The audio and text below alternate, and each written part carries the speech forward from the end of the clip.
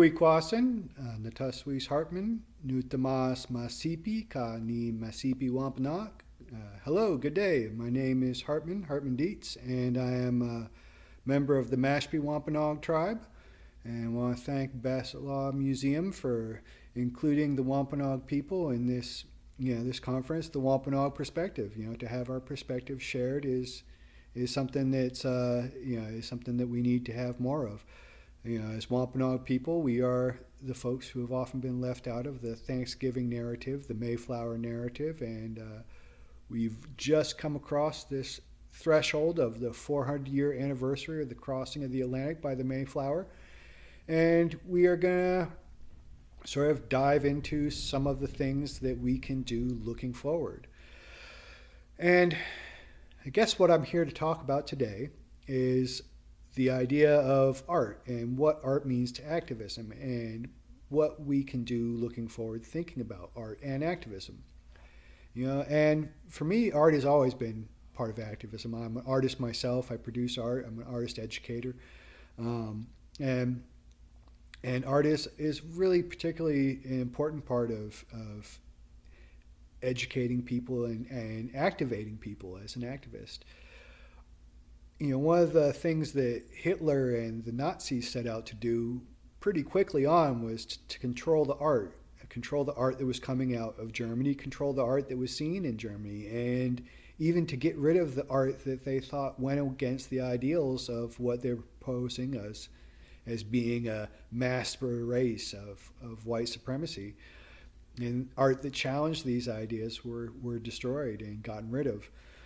We've seen this was also the case when the fascist Taliban totalitarian system took over in Afghanistan, previous to the invasion by the United States and the bombing of the World Trade Center. We saw a destruction of huge old Buddhist statues because it was contrary to the idea of the extremist Muslim faith that was being practiced by the Mujahideen and Taliban then.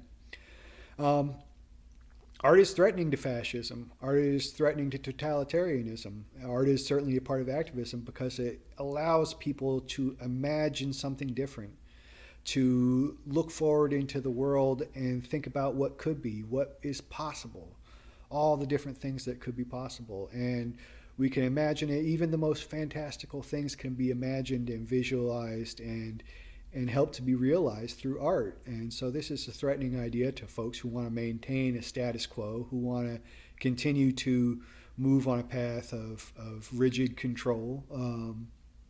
It doesn't fall in line with these things. It's a means of free expression of oneself, and that's not something that works in authoritarianism. One of the artists that I think about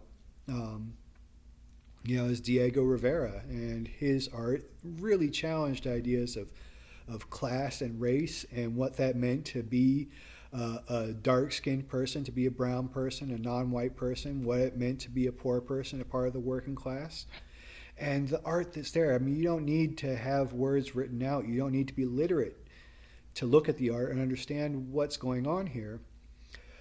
And of course, if we think about Diego Rivera and these huge murals that were put in public spaces and the messaging and the concepts that are being put forward in this art, we also have to think about as well Frida Kahlo and do a deep dive into looking at the art that she produced that was really incredibly challenging to patriarchy, to notions of gender and sexuality, to notions of ableism.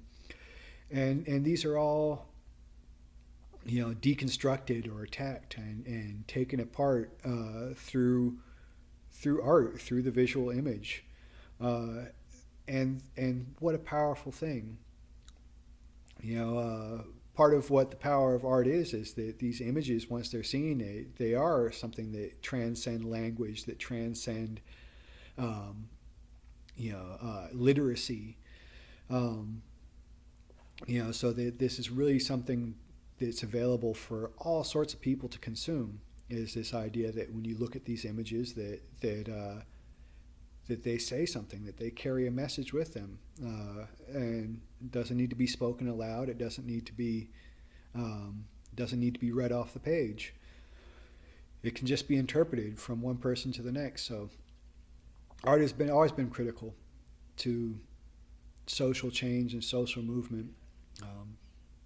And for me, the social element, the activist element, has always been deeply a part of art for my own particular artistic career. I got started with graffiti art. Graffiti art was my beginning. And, one of the things about graffiti art is it's really, it's really the very baseline bottom of, calling out your existence, declaring that you exist in a world that doesn't want to see you. They say that riots are the voice of the unheard. Well, I guess, the graffiti is the signpost of the road marking of those who are unseen. And so, you look back into Rome and the writing on the wall, which certainly brings into a part of it literacy, which isn't, universal. But the writing on the wall, the messages that were written to challenge the notion of the superiority of the emperor, the empire, it's always been a part of that rebellious art form. This, sometimes it doesn't even really have an artistic value, an aesthetic value, but there is an act of existence, expression that your existence is real and it can't be ignored, no matter how much somebody might want to or how much a system might want to ignore that presence. It's there, it's real. And so graffiti was a part of where I got my start. And in that, I was able to then move forward, and part of how my art evolved as well. I've done screen printing, I've done canvas painting, I've done pen and ink drawing, I've done at this point in my life, before I had come east and back into my homeland, I hadn't done the stone carving, I hadn't done the woodworking, the featherwork, and the traditional arts that I more practice now. But I have always found joy in art, and always found art to be something that's kept me afloat as a human being.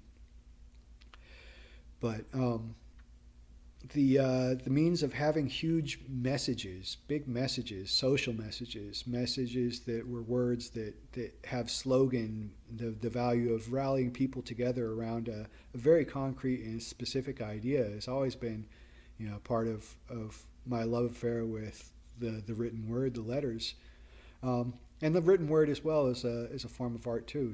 It can be shaped into literature and poetry, but we're talking about graffiti. This is oftentimes slogans and or one word that has a meaning of empowerment for people, or sometimes a destructive word for folks as well. But these big letters and these big words were also then a great start for me when I started to move into doing banners and big banners for political actions, protest, marches, and things of this nature. To have a big banner, to have signage, is such an important part of giving a visibility to an action, to define what it is that has brought people together in crowds and events that are centered around the idea of expressing an idea and the popularity of these ideas. So you can take a picture of a crowd, and you might see behind me here, "We are here to protect the water is life." This is a screen printed piece designed by Isaac Murdoch and Christy Belcourt, and was printed by David Solnit and folks at the Greenpeace warehouse in Oakland, which I was able to take part in the printing. But then these were turned into signs and brought up to Standing Rock for the protest against the Dakota Access Pipeline. It was a very, very big deal in Native American country and got some international attention. If you look back through the news cycles, I'm sure you can find stories on it. But I was there when some of the earlier protests were happening, and you see some of the images, and you look back and you look through the photographs of time gone by, and you can see that there are these people, and they're there, and they're put up against police forces, and there's big numbers of them. You might be able to tell that they're Native American, but what a huge change once the flags and the banners showed up. It was very clear from all these pictures what people were standing for and what they were standing against. They were standing against a pipeline. It was clear in the signage, kill the black snake. They were standing up for the water, to protect the water. As we see on this sign, it's very clear. This means that your message can't be rehashed, that it can't be co-opted and taken over in the same kind of way if you don't have this visible messaging that's associated with action. And so, these messages, these big banner messages, are super important when we're talking about organizing in the sphere of activism, because it means that once you've gathered the crowd together and you've gathered the mass of people together, that you've got a clear show to the world outside of what you're standing for, and you can't be redefined by your opponents. And that's really important because that's something that happens often. As well as art being important about controlling your message, or being able to have your message visualized in a way that can't be defined by other people. It's also really important because it allows us to envision something new, something different, something other than what we're living in now, to imagine a better world that could be possible. And that's also really important, to be able to realize that the world that we live in now, it doesn't always have to be the way things are. And to be able to imagine something different means that we can reach for something different, that we can strive for something different, that we can think of a world that's powered by windmills and solar power rather than one that's powered off of fossil fuels and uranium. It means that we can imagine a world where everybody has homes and everybody has food. We can imagine these things into existence even. And I believe that that's also a truth as well, that we can imagine these things into existence because there is enough in this world for us all. And the reason why there are people who go without is because the way things are organized and the way things are distributed and what kind of values and priorities are put in place with that distribution and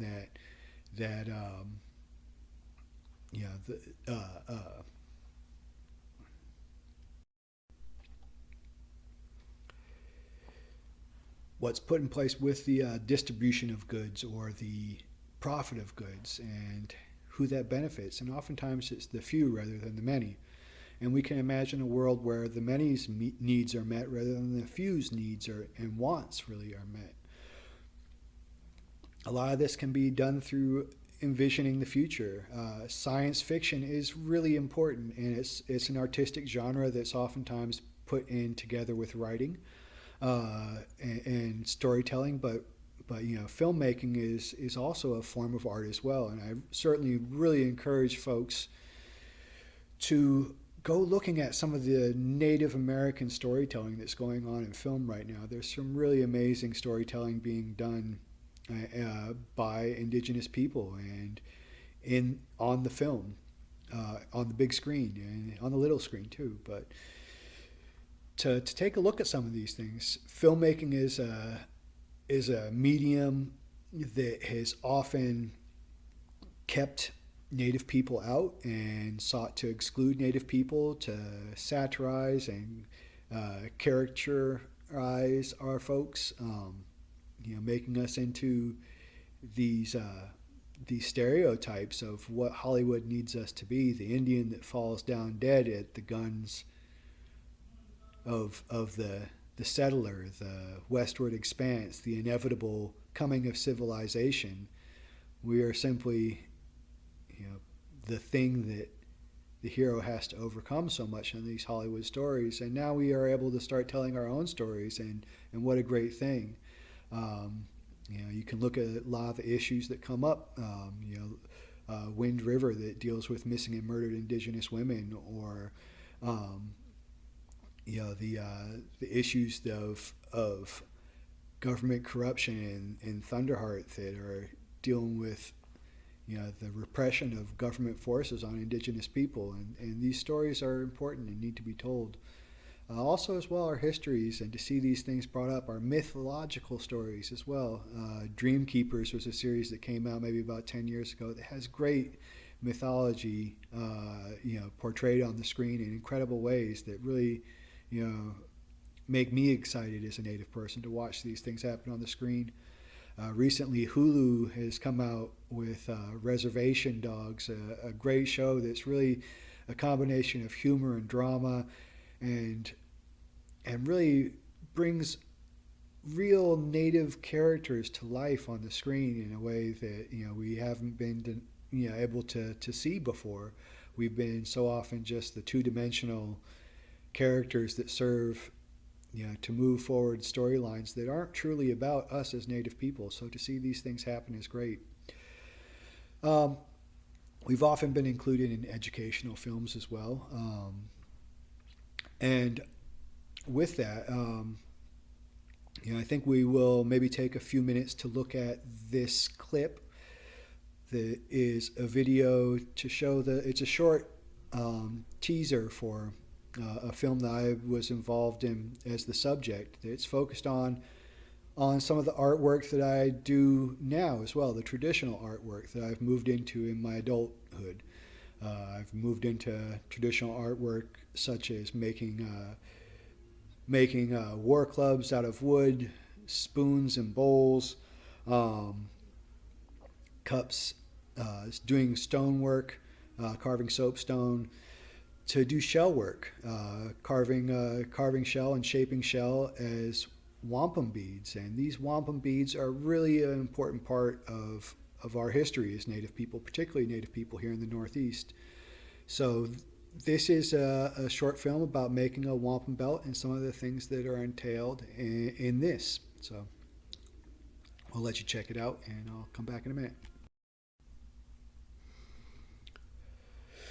So this belt that was produced as the United Nations Declaration of the Rights of Indigenous People belt. And this is a piece of art. And it's a piece of art that also incorporates a legal tradition, a tradition of the rights and the legal jurisdiction of Native people to have law that exists for us, to be included fully as anybody else, to be able to own things like other people, to be able to make decisions for our resources and our territories just as anybody else, to be fully included into the human family of people who have a system of law that precludes colonization, that says that other people who are not us don't get to sell the land from under our feet. And where that has happened in the past, that things need to be done to reconcile this. And by taking this on as a piece of art, we can discuss some of these ideas, and oftentimes discuss these ideas in ways where, through art we can discuss things that are otherwise taboo, that are otherwise too sensitive, that are otherwise asked to be ignored and to be put away. But when we deal with things in art, a lot of times we can subvert this notion and even sneak things in under the noses of the gatekeepers that are otherwise there to control the narrative and control what we see and what we think and what we talk about. Art allows us to break this down and really, sneak things in otherwise that wouldn't be talked about. And sometimes these things are uncomfortable. Sometimes these things, might cause us to reconsider things that we thought were solid and thought that we knew. But that's what good art does. It causes us to think and question. It causes us to ask where the reality is. It helps us to build empathy and to think of what it might be to stand in somebody else's shoes. And art can be really important for all these reasons.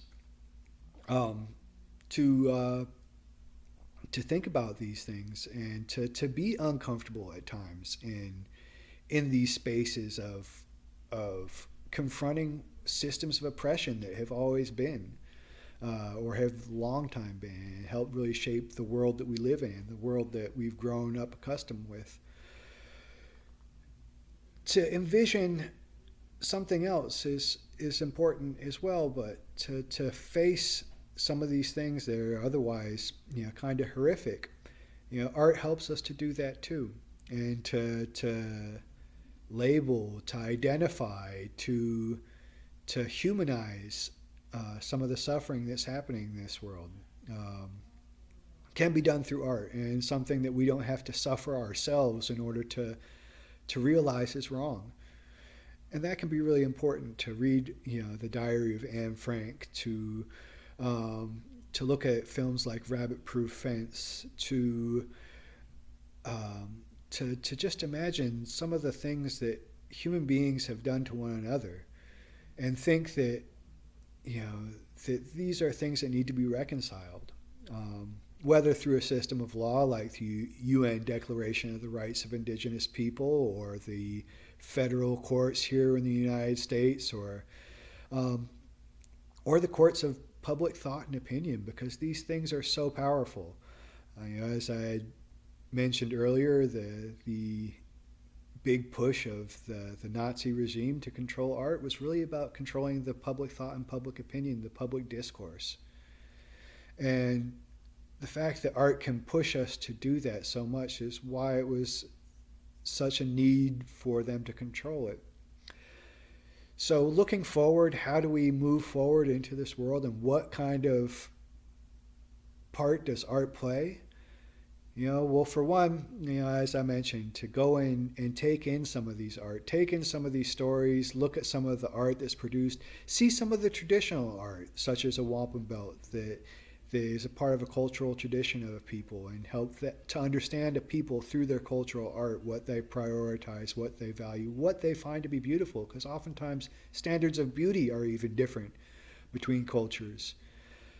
But also the storytelling, through literature, through poetry, through music. Music being such a huge, important part of so many social movements, the civil rights movement here in the United States. And I know that I can think of so many of the songs that I've heard from the British Isles there that are very much about political movement and political change.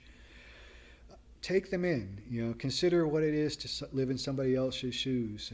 What their standards and ideas of what a beautiful world is, what they want from this world, and what they feel that we all should have.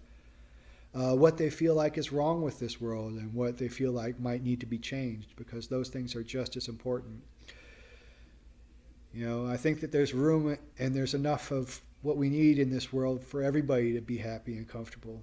And if we start thinking about and start imagining how we can reach those kind of goals of real happiness and equality, in an egalitarian society where each of us has the things that we need, rather than the society we live in now, where everybody's locked in competition to see who can get the most and who can be left with nothing, we might be able to move forward as a human species.